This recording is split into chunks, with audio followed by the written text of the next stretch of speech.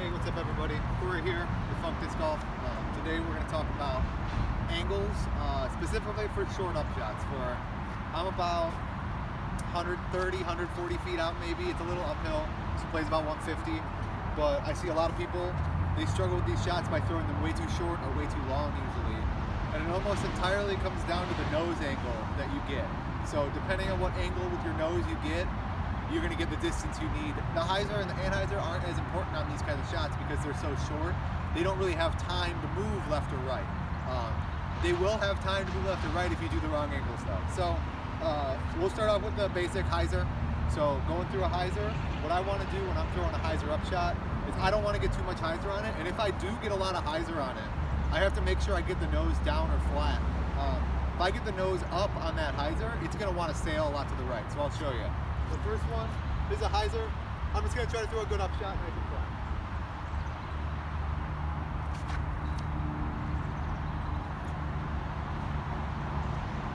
Got a good kick, I'm right under the basket. So next one, I'm going to put this one nose up. I'm going to use this nose up angle sometimes for my help, but it happens accidentally a lot of people and it can screw them over. So here's one that's nose up with a hyzer. You're going to watch it go left a lot at the end of its flight.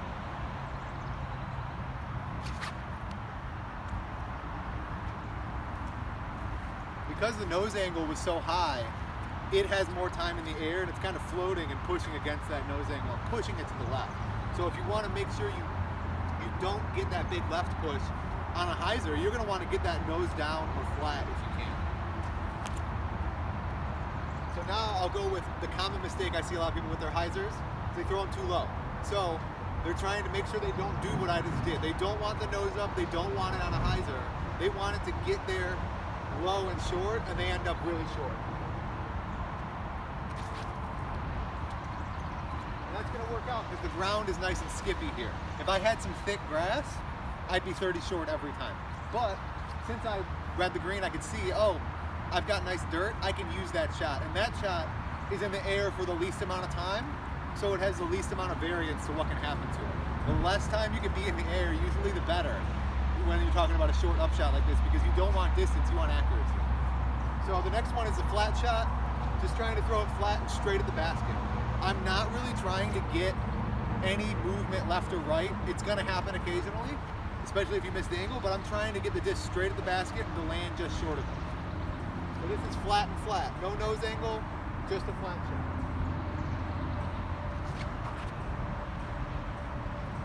Same thing, I was a little short, but it worked out. That's the big mistake I do a lot, is I throw my straight shots too low and I throw them into the ground and I get stuck 30 short rather than under the basket. I'm gonna go flat shot, I'm gonna put it nose up here.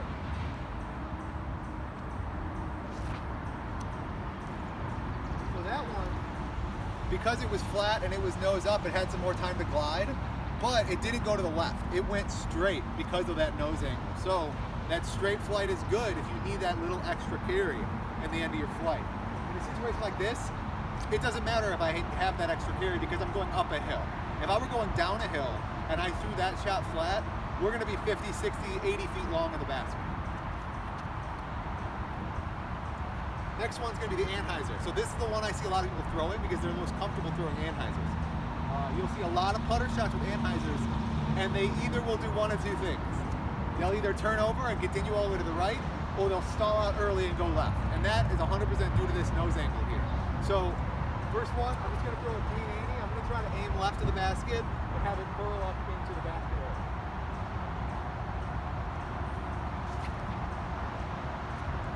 And that was a little underdone, and you can see what happened. So what happened there is I put it nose up. I put the disc slightly nose up. It slowed it down, but it also came out early. I'm going to exaggerate that nose up this time. I hit the line, but as you see, the nose up kind of stops the flight from happening. It keeps it from going further. It's like if there was water coming this way, and my disc is going this way, and it can't get through it. If you want to get through the water, the air, you got to get that nose down so it cuts through it. So if I have that nose up, it's going to stop me. So what I'm going to do this time is I'm going to throw it too hard. I'm going to throw it past the basket, and we're going to see what happens. I'm going to throw it flat and past the basket.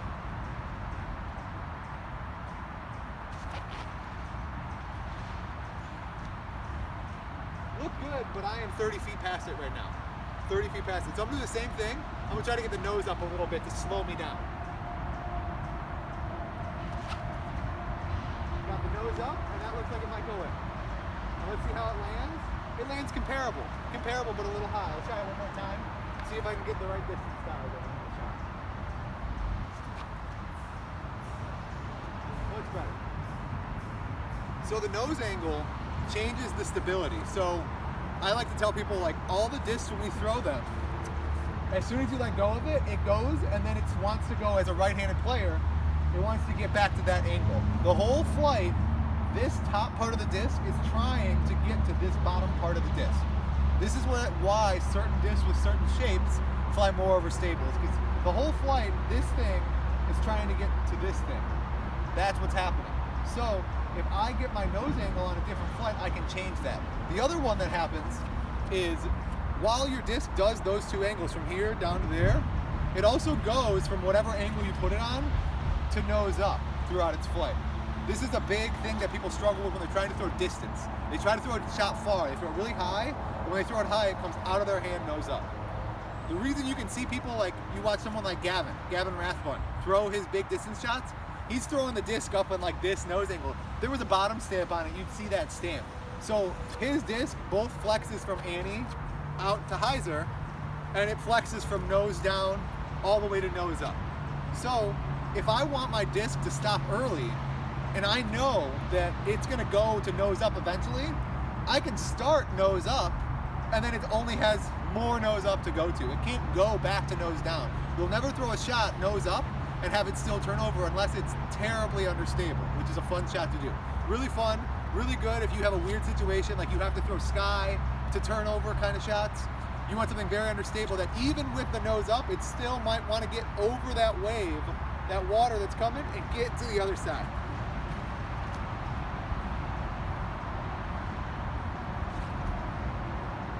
A little bit of nose up, stops me short, doesn't put me past the basket. This time I'm going to try to throw it flat, and I'm not going to try to play the distance. I'm going to throw what I think is a 150-foot shot, but I'm going to throw it nice and flat. I'm not going to use any nose stall.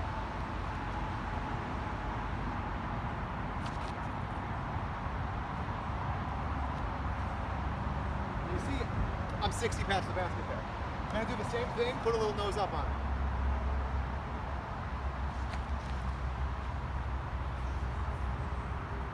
Still pushed a little long, but that's the ground here. It's very slick, very dry, and likes to slide a lot, which is fine. And so, when you have those shots, you use it to your advantage. So, what I'm going to do to get the perfect upshot on this hole, I'm going to view the green. I got uphill, I got a tree on my left that's pretty big, and a whole group of them. There's only one tree on the right that you can hit. But if I hit that one, I'm the furthest from the green. So, I'm going to try to split the difference, go in the middle, and I'm going to use an anhyzer. I wouldn't usually throw an anhyzer. I'd throw a straight shot or a hyzer here. But I'm gonna go anhyzer because that's probably what a lot of people will do. They'd see I need to go left to right, get into the gap, and then fade back out.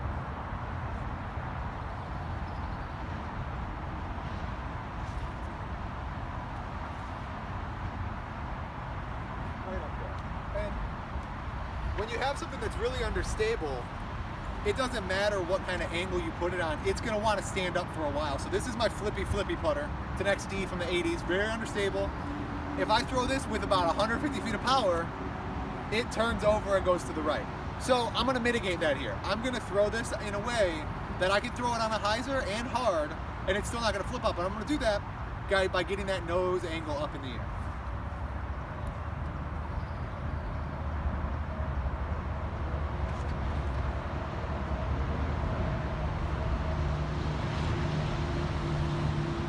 So I got 3 more. These are mid-ranges, so these go a lot further. These have a lot of glide on them.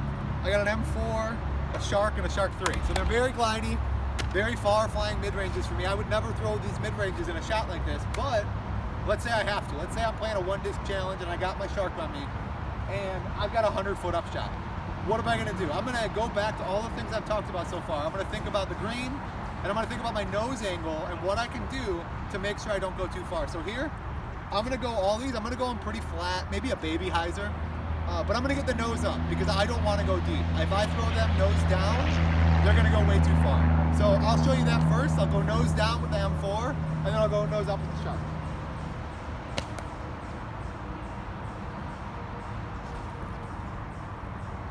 And you can see I'm turning, I'm gliding, I'm fading out to the right. Gonna get the nose up on these ones though. Getting the nose up. Not ideal because it's a mid-range, but I would never throw that here. This one's gonna work though. We're gonna get the angle right. So that was too much hyper. We're gonna get flat and nose up.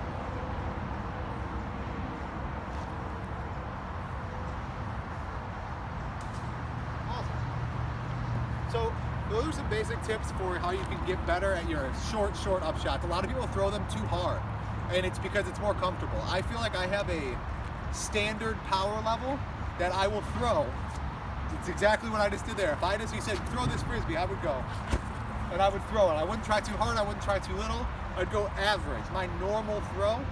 And for most people, their normal throw goes further than this distance. So you have to do things to make sure you don't overcook it. And the big one for me, nose up, nose angle. I call it stalling for success. I'm trying to throw a stall shot so my disc stops where I want it to. I don't want it to go further. And if I had a little more space, you'd see me throwing these shots a little higher and a little more out to the right with stall. Because then I can guarantee that left fade, but it's only gonna go a few feet. It's not gonna go very far because it's a putter and it's nose up and it has not a lot of power.